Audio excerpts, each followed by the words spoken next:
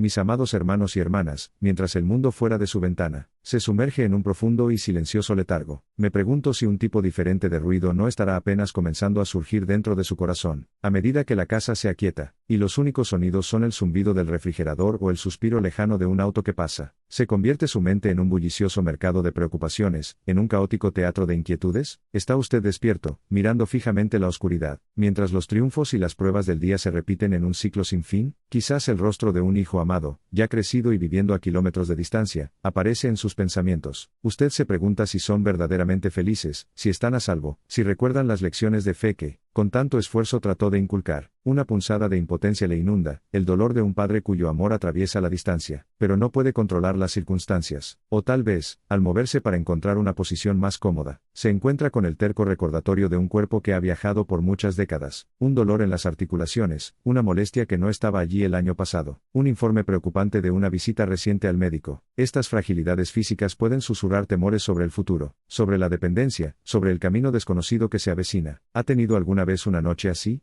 Una noche en la que siente el inmenso peso de los años, no solo en su cuerpo, sino en su alma.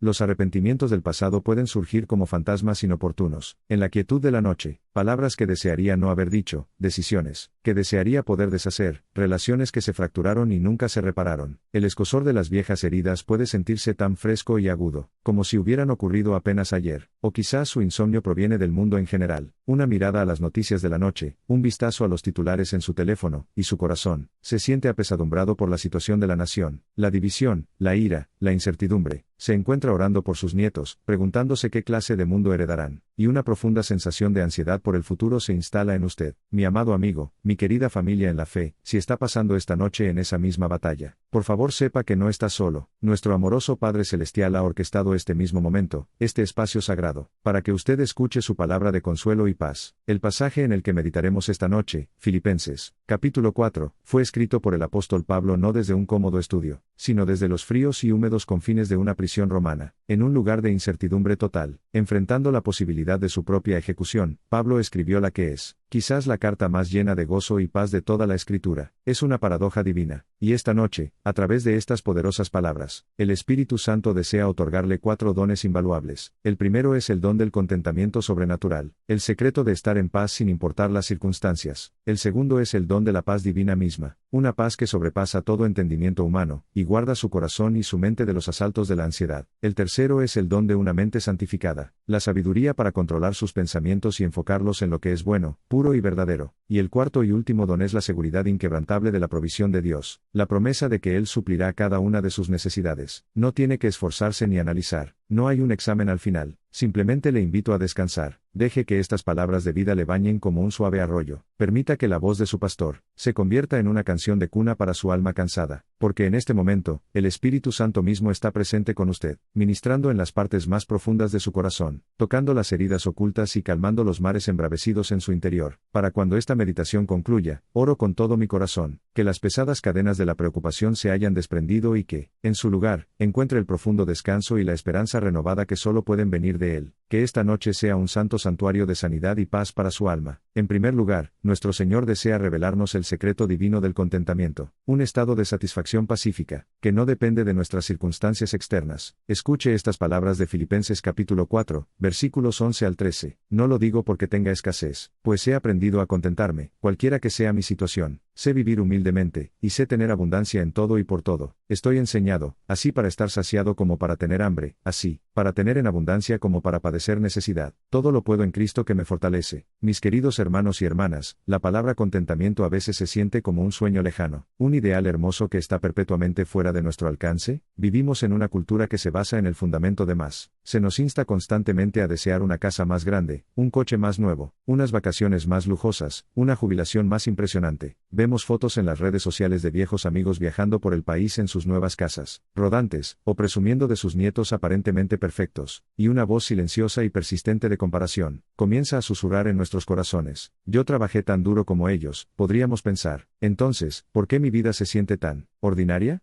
¿Tan pequeña? Asistimos a una reunión familiar y escuchamos a un primo jactarse del prestigioso trabajo, o el éxito financiero de su hijo, y sentimos una punzada de decepción por nuestros propios hijos, que pueden estar en un camino diferente y más tranquilo. En estos momentos, es muy fácil sentir que de alguna manera, nos hemos quedado cortos, que a nuestras vidas les falta el brillo, y el glamour que vemos en otros lugares. Un resentimiento silencioso puede incluso crecer hacia Dios mismo. Señor, ¿por qué los has bendecido a ellos tan abundantemente? Mientras que mi vida es una lucha constante con las facturas y los problemas de salud, es en medio de esta lucha tan humana que el apóstol Pablo pronuncia estas palabras revolucionarias: he aprendido a contentarme. Note esa poderosa palabra aprendido. El contentamiento no es un rasgo de personalidad con el que nacemos, no es una emoción fugaz que va y viene con la buena fortuna, es una disciplina espiritual, un músculo del alma que se desarrolla con la práctica, a través de las pruebas y mediante un cambio radical de perspectiva. ¿Y cuál fue el aula donde Pablo aprendió esta profunda lección? Fue la universidad de la adversidad. La aprendió mientras era golpeado con varas, mientras era apedreado por multitudes enfurecidas, mientras naufragaba en un mar tempestuoso, mientras era traicionado por sus propios compatriotas. La aprendió a través de noches de insomnio, de hambre y sed, de exposición a los elementos, y mientras escribe esta misma carta, se encuentra en la escuela de posgrado del sufrimiento, una prisión romana. Según cualquier estándar mundano, la vida de Pablo fue un fracaso catastrófico. No tenía riquezas, ni hogar, ni estatus, ni seguridad. Sin embargo, desde este pozo de desesperación, hace una de las declaraciones más poderosas y seguras de la Biblia: he aprendido el secreto de estar contento en toda y cada una de las situaciones. ¿Cuál es este secreto? ¿Cuál es esta llave maestra que abre una vida de paz, sin importar las cerraduras o cadenas externas?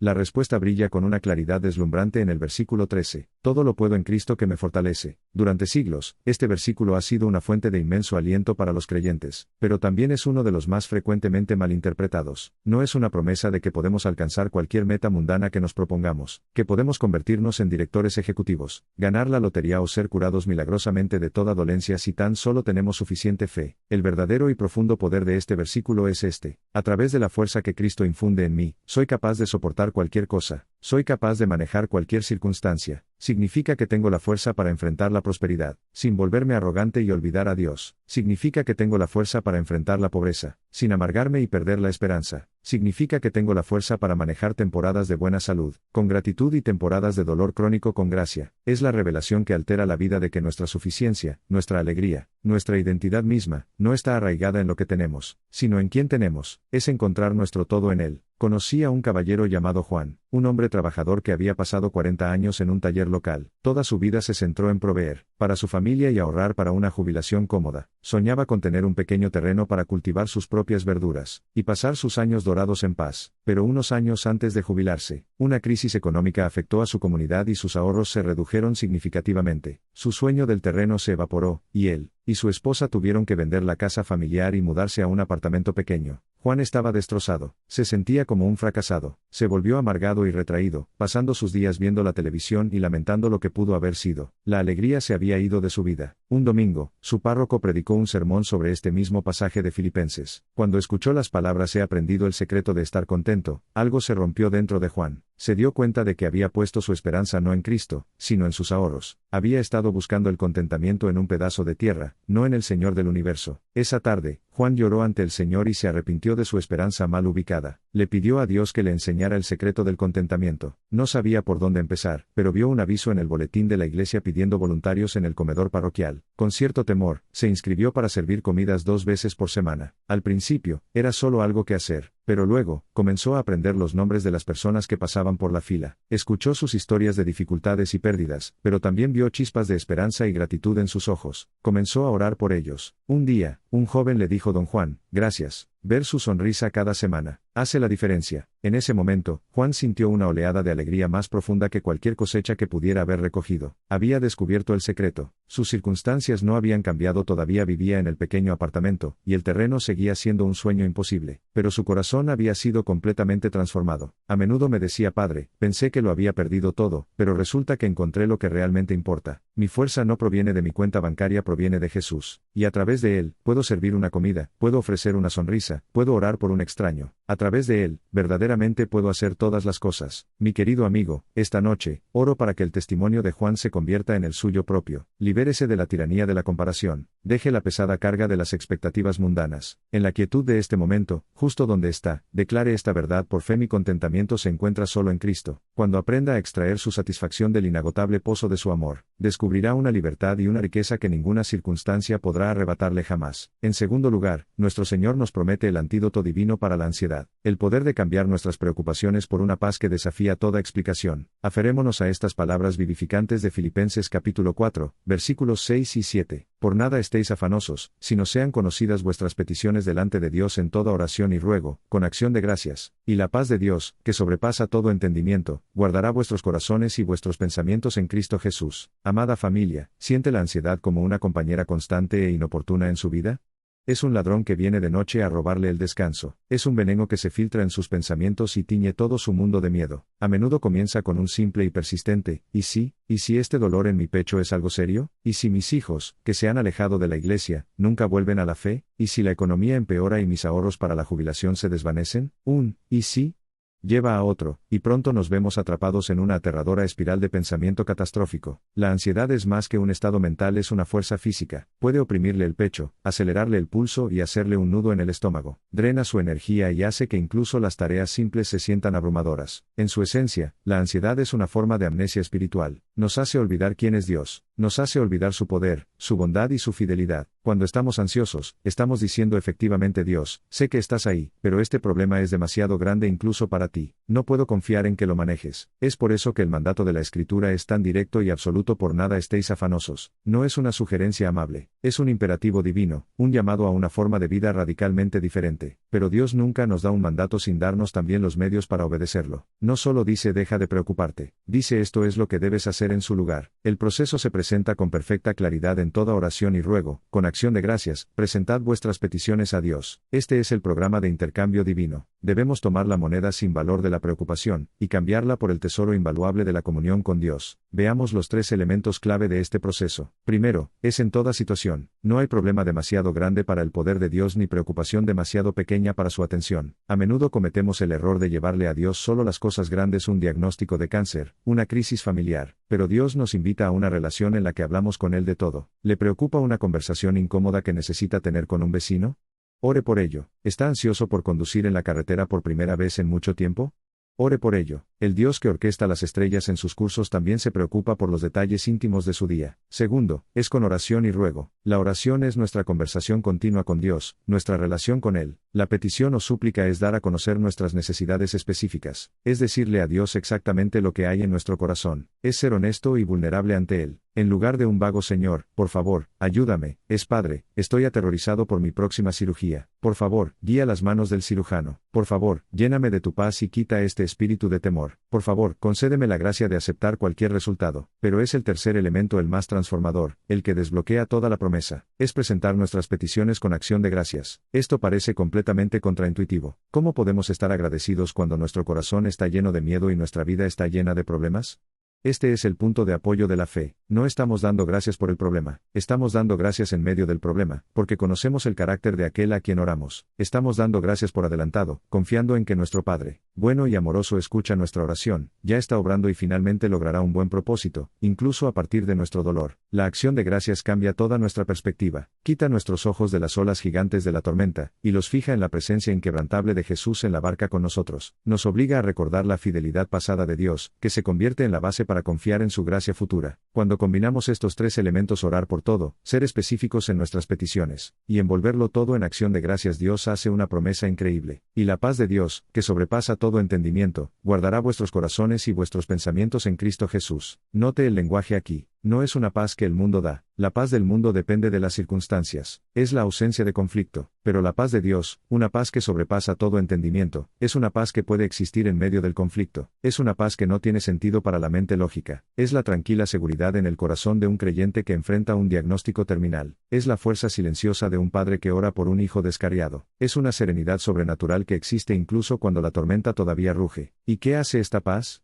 Se pone de guardia. La palabra griega utilizada aquí es un término militar, que se refiere a una guarnición de soldados que protegen una ciudad. La paz de Dios actúa como un guardaespaldas espiritual de élite. rodeando nuestros corazones y mentes, protegiéndolos de los ataques invasivos y destructivos del miedo y la ansiedad. Recuerdo a una querida señora de una iglesia que pastoreé una vez, llamada Sofía. Era una viuda cuyo único hijo vivía en otra ciudad. El mayor temor de Sofía era que sonara el teléfono en medio de la noche. Su mente saltaba inmediatamente a las peores conclusiones posibles. Una noche, llegó la llamada. Su hijo había tenido un grave accidente de coche y estaba en el hospital. El corazón de Sofía latió con fuerza y una ola de pánico la invadió. Reservó el primer vuelo que pudo para la mañana siguiente. Mientras estaba sentada en la oscuridad de su sala de estar, esperando que pasaran las horas, y sí, comenzaron su asalto vicioso, pero entonces recordó este pasaje de Filipenses. Cayó de rodillas y comenzó a orar, específicamente y con acción de gracias. Padre, tengo mucho miedo. Mi hijo es todo lo que tengo, pero te presento este miedo. Te doy gracias porque está vivo. Te doy gracias por los médicos y enfermeras que lo cuidan. Te doy gracias porque estás con él en esa habitación de hospital ahora mismo, aunque yo no pueda estarlo. Te doy gracias porque lo amas aún más que yo. Lo pongo en tus manos. Continuó esta letanía de oración agradecida toda la noche. Sucedió algo extraño. El miedo no desapareció por completo, pero perdió su poder. Era como si se hubiera levantado un escudo alrededor de su corazón. Una paz tranquila y constante se apoderó de ella. Cuando llegó al hospital al día siguiente, y encontró a su hijo magullado y roto, pero vivo y estable, las enfermeras comentaron sobre su increíble calma. Sofía solo sonrió y dijo: es una paz que no puedo explicar. Mi amado amigo, ¿cuál es la ansiedad que intenta robarle la paz esta noche?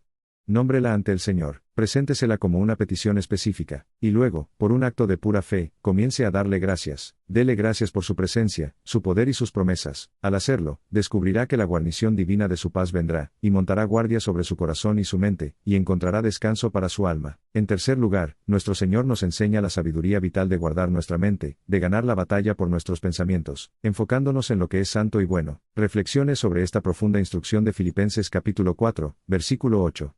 Por lo demás, hermanos, todo lo que es verdadero, todo lo honesto, todo lo justo, todo lo puro, todo lo amable, todo lo que es de buen nombre, si hay virtud alguna, si algo digno de alabanza, en esto pensad. Mi querida familia en la fe, ¿alguna vez has sentido como si su mente fuera un campo de batalla? Es quizás el lugar donde nuestra guerra espiritual se libra con mayor intensidad, especialmente en las horas tranquilas de la noche, cuando las distracciones del día se han desvanecido, nuestros pensamientos pueden desbocarse. Un recuerdo doloroso de hace décadas puede surgir sin ser invitado, trayendo consigo todo el dolor y la amargura originales. Una palabra crítica que alguien le dijo la semana pasada puede repetirse una y otra vez, cada vez con mayor escozor. Podemos encontrarnos meditando en discusiones políticas que vimos en las noticias, sintiendo que nuestros corazones se llenan de ira y división. El enemigo de nuestras almas es un estratega maestro, y la mente es su objetivo principal. Él sabe que si puede controlar nuestros pensamientos, eventualmente podrá controlar nuestras emociones, nuestras palabras y nuestras acciones. Él planta semillas de duda, resentimiento, lujuria y miedo en el suelo de nuestra mente, esperando que echen raíces y produzcan una cosecha de decadencia espiritual. Es por eso que la Biblia nos ordena tan firmemente que estemos vigilantes. El libro de Proverbios nos dice: sobre toda cosa guardada, guarda tu corazón porque de él mana la vida. Proverbios 423. Nuestra vida de pensamiento es el manantial del que fluye toda nuestra vida. Si el pozo está envenenado, todo el arroyo será tóxico. Entonces, ¿cómo peleamos esta batalla? ¿Cómo guardamos este terreno sagrado?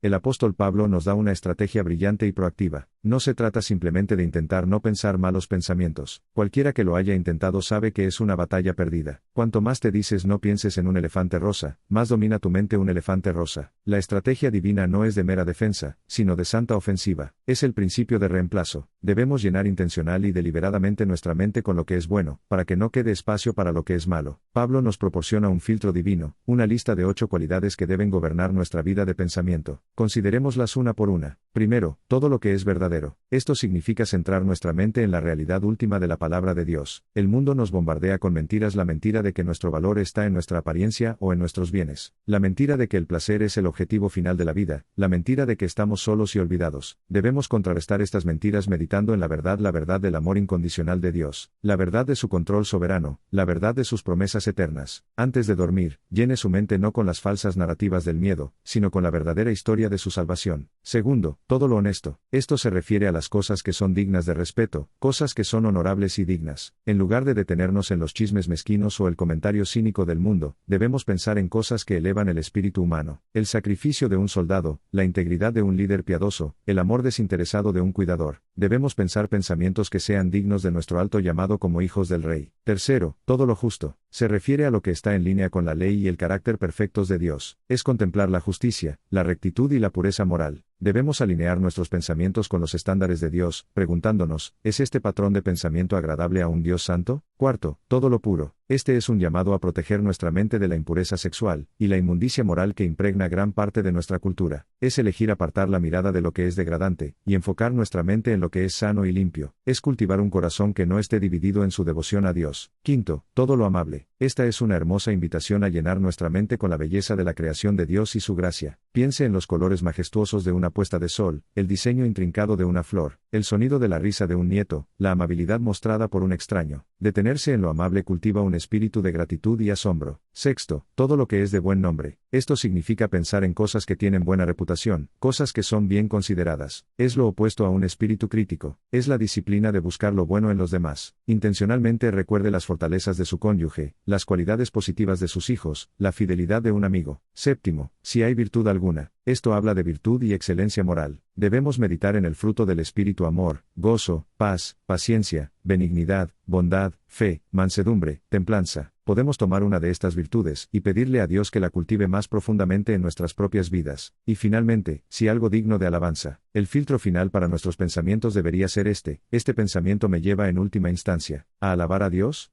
Si una línea de pensamiento solo conduce a la desesperación, la ira o la ansiedad, no es del Señor. Pero si conduce a la adoración, a la gratitud, a un asombro más profundo por la bondad de Dios, entonces ese es un pensamiento que vale la pena pensar. Mi querido amigo, piense en su mente como un jardín. No puede simplemente ignorar las malas hierbas de la negatividad y la amargura y esperar que desaparezcan. Debe arrancarlas activa e intencionalmente, pero no puede dejar el terreno desnudo, o las malas hierbas simplemente volverán a crecer más fuertes. Debe plantar con la misma intención las semillas de la verdad, la nobleza, la pureza y la amabilidad. Debe regarlas con oración y meditar en ellas hasta que florezcan, y llenen todo el jardín con su fragancia. Conocí a un anciano en la iglesia, un hombre llamado Miguel, quien durante casi 30 años fue atormentado por una amarga disputa que tuvo con su hermano. Habían discutido sobre la herencia de sus padres, y se habían intercambiado palabras crueles. No se habían hablado desde entonces. Cada noche, Miguel se acostaba en la cama y revivía la discusión, sintiendo la ira y el resentimiento arder dentro de él. Era una prisión que él mismo había construido. Durante una reunión de avivamiento, el predicador habló sobre este versículo, sobre la elección de nuestros pensamientos. Miguel se sintió convicto, sabía que tenía que liberarse. Pero, ¿cómo? No podía simplemente olvidar el dolor. El pastor le había aconsejado: empieza poco a poco. Encuentra una cosa, solo una cosa digna de alabanza, en qué pensar acerca de tu hermano. Miguel pensó largo y tendido. Finalmente, recordó una vez cuando eran niños, cuando su hermano mayor lo había defendido de un matón. Era un recuerdo pequeño y lejano. Pero esa noche, en lugar de revivir la discusión, Miguel se obligó a revivir ese recuerdo de la infancia de la amabilidad de su hermano. Lo hizo de nuevo la noche siguiente, y la siguiente. Lenta y milagrosamente, algo comenzó a cambiar en su corazón. El suelo duro de su resentimiento comenzó a ablandarse. Después de una semana de esto, se encontró orando por el bienestar de su hermano. Un mes después, levantó el teléfono y lo llamó. La reconciliación no fue instantánea, pero fue un comienzo, un milagro nacido de una pequeña y obediente elección de pensar en lo que era admirable. Esta noche, mientras se prepara para dormir, haga un inventario de sus pensamientos. ¿Hay malas hierbas de amargura, miedo o impureza ahogando la vida en el jardín de su mente? Por el poder del Espíritu Santo, arránquelas, y luego, intencionalmente, plante algo hermoso en su lugar. Piense en una promesa verdadera de la palabra de Dios. Piense en un acto noble que presenció hoy. Piense en una cosa amable en la creación de Dios. Llene su mente con estas cosas, y descubrirá que el campo de batalla de su mente puede convertirse en un santuario de paz. Y finalmente, en cuarto lugar, nuestro Señor nos da la promesa fundamental de su provisión divina, asegurándonos que Él es nuestro proveedor fiel que suplirá cada una de nuestras necesidades. Aférrese a esta ancla para su alma de Filipenses capítulo 4, versículo 19. Mi Dios, pues, suplirá todo lo que os falta conforme a sus riquezas en gloria en Cristo Jesús. Mis queridos hermanos y hermanas, a medida que entramos en las últimas temporadas de la vida, un tipo particular de miedo a menudo puede comenzar a proyectar una larga sombra sobre nuestros corazones. Es el miedo a la escasez, el miedo a no tener suficiente. Cuando éramos más jóvenes, teníamos nuestra fuerza, nuestra energía, nuestra capacidad para ganarnos la vida. Pero ahora, mientras dependemos de un ingreso fijo, de pensiones y seguridad social, y mientras los costos de la atención médica y la vida diaria parecen aumentar implacablemente, un pánico silencioso puede instalarse. Nos quedamos despiertos por la noche haciendo cálculos mentales, preguntándonos, ¿durarán nuestros ahorros? ¿Podremos pagar nuestros medicamentos recetados este mes? ¿Qué pasa si uno de nosotros tiene una crisis de salud importante? No queremos convertirnos en una carga para nuestros hijos. Vemos los debates políticos sobre la economía y nuestros corazones se llenan de incertidumbre. Este miedo a la inseguridad financiera puede ser uno de los ladrones más persistentes y poderosos de nuestra paz. Es en medio de esta ansiedad tan real y práctica que el apóstol Pablo entrega esta magnífica e inquebrantable promesa de Dios. Desglosémosla para ver los tesoros que contiene para nosotros esta noche. Primero, note la fuente de la provisión, mi Dios. Pablo no está hablando de una deidad distante y teórica. Está hablando desde una experiencia personal y duramente ganada. Este es el mismo Dios que proveyó para él en una cárcel de Filipos a través de un terremoto. Este es el mismo Dios que proveyó para él en un barco naufragado. Este es el mismo Dios que, en este mismo momento, está proveyendo para sus necesidades en una prisión romana a través del don financiero entregado por la iglesia de Filipos. La confianza de Pablo no está en sus propias habilidades o en la amabilidad de los demás, sino en la fidelidad probada y personal de su Dios. Esta noche, le pregunto, ¿es Él su Dios?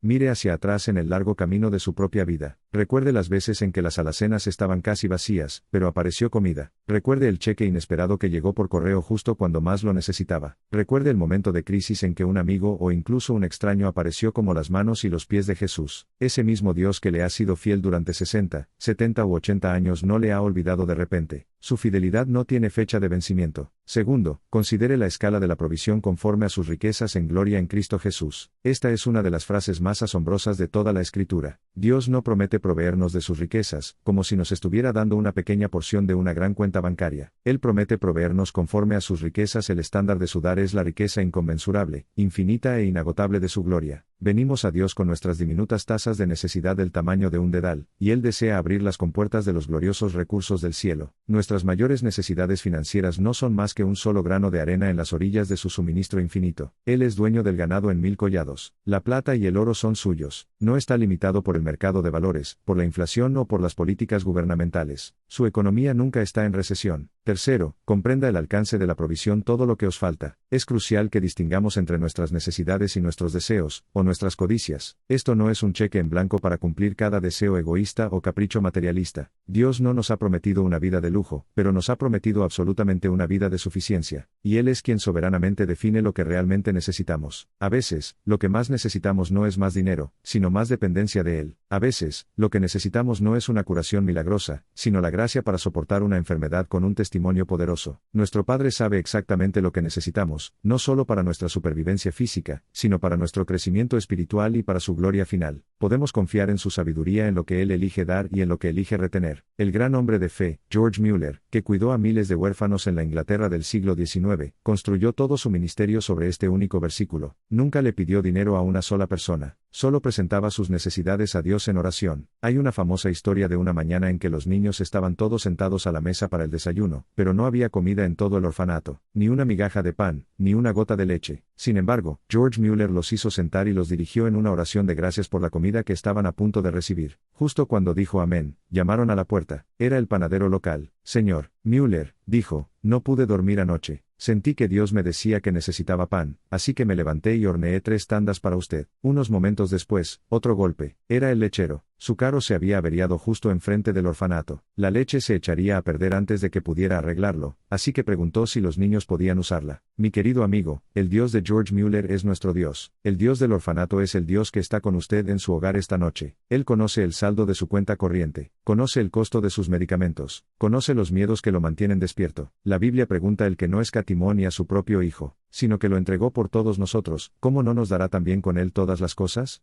Romanos 832. Si Dios ya le ha dado el tesoro más grande del universo, su Hijo, Jesucristo, ¿no puede confiar en Él para sus necesidades menores, como su pan de cada día y sus facturas mensuales?